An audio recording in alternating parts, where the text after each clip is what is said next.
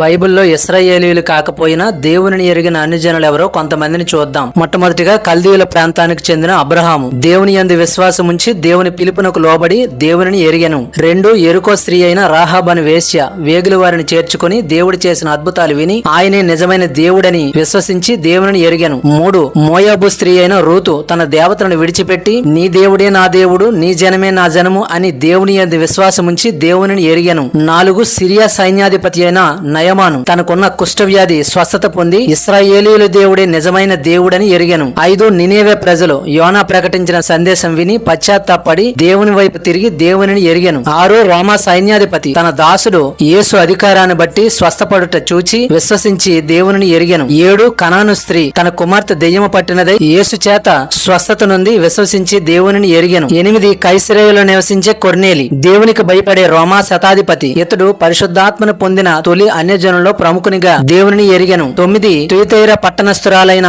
లూదియా. ఈమె పౌలు మాటల వైపు లక్ష్యముంచి క్రీస్తుని విశ్వసించి దేవునిని ఎరిగెను.